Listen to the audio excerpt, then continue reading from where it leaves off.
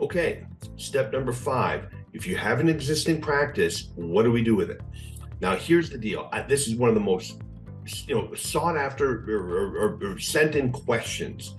Eric, I'm building my rep practice. It's going great. Should I get rid of my 1040 practice? I built $1 million rep practice, $1 million advisory practice. Should I get rid of my 1040s? Here's the deal.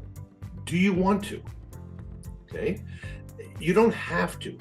Now, what you'll find is as you build your rep practice, you're going to need the 1040 practice less and less. So it frees you up to work with the clients you want and charge appropriate fees. So what I think you're going to want to do is identify the clients you want, release the clients you don't want, and begin charging appropriately. And remember, fees go up every year. I don't know about you, the rent goes up, my staff want raises, I don't know why. The coffee goes up, the creamer, everything goes up, the computers go up. Your fees should be going up too, okay? Fees go up every year, all right?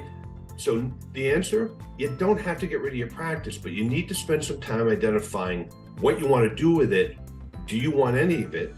And what do you want that to look like?